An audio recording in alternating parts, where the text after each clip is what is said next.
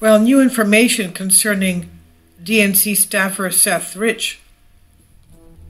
Seth-Rich raised alarms about election fraud before he was murdered last July. A haunting new video surfaced featuring murdered DNC whistleblower. The whistleblower was the source to Julian Assange of WikiLeaks. He was Seth-Rich. He was raising the alarm about election fraud just 1 year before his death. In a video posted on YouTube Thursday, Rich requested the integrity of ballots before a panel of Election Commission officials during the 2015 Election Data Summit. Quote, "I think some of you had spoken about provisional ballots and rejected ballots. I guess we have looked at. As an outside practitioner with vested interest in training our voters, how do we get better access to data that tells us why ballots are rejected, why ballots are cast as provisional, so that we can analyze that and develop better trading guides," end quote. WND reports Seth-Rich, who worked as a voter expansion data director at the DNC for 2 years, was killed in July 2016 in a shooting not far from his Washington residence. His homicide case appears to be growing cold, as the Washington police maintain that he was killed during a botched robbery, despite the fact that he was found with his wallet in his pocket, his credit cards, his phone, his necklace, and other valuables in his possession. Nothing was stolen.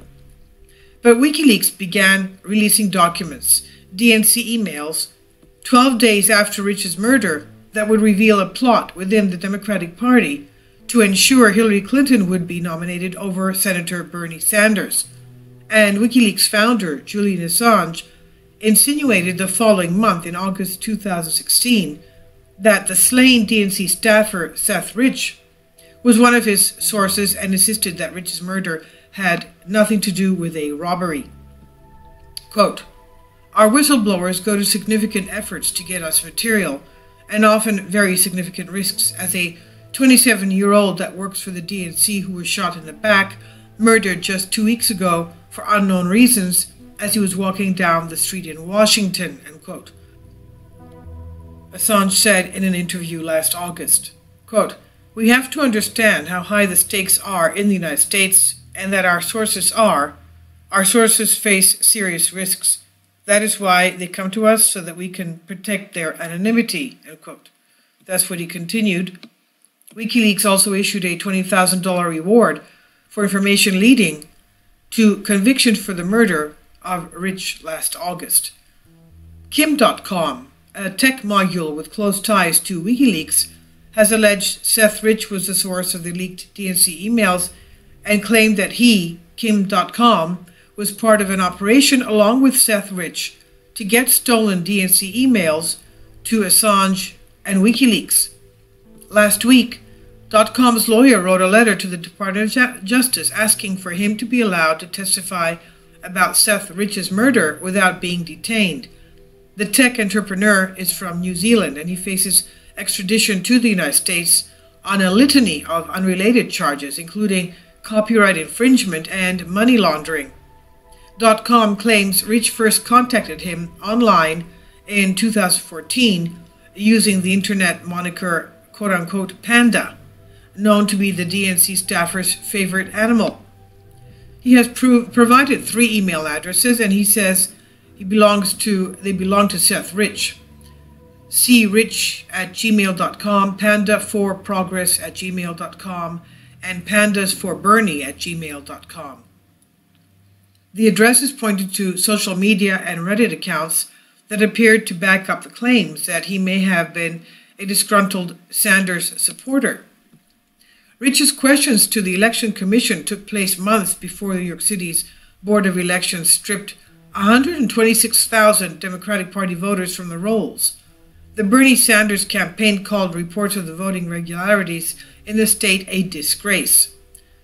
The leak of DNC documents, which evidenced showed some DNC officials sought to undermine Sanders in the party primary, prompted disgruntled Sanders supporters to file class action lawsuits against the Democratic National Committee and former DNC chair Debbie Wasserman Schultz for rigging the election.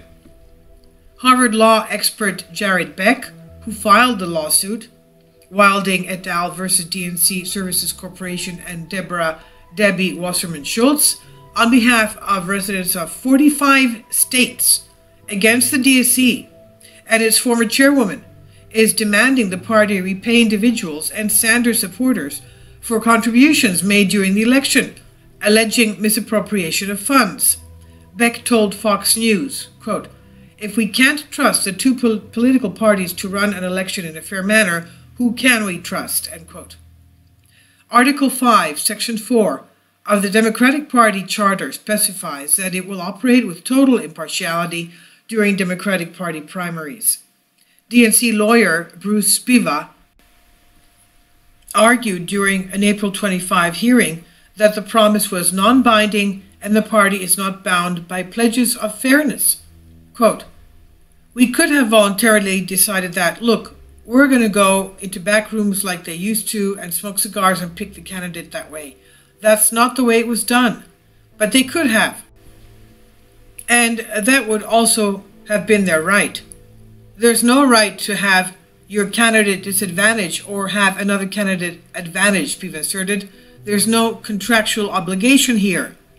The law firm representing Sanders supporters in a class action suit against DNC and Debbie Wasserman Schultz filed a notice to the United States Federal Court on June 1st, just a few days ago, alleging the office of Wasserman Schultz called the law firm inquiring about the case using a robotic and genderless voice changing device, but she reportedly forgot to disable her caller ID, and her phone of her Washington office was showing up on the recipient's telephone call screen.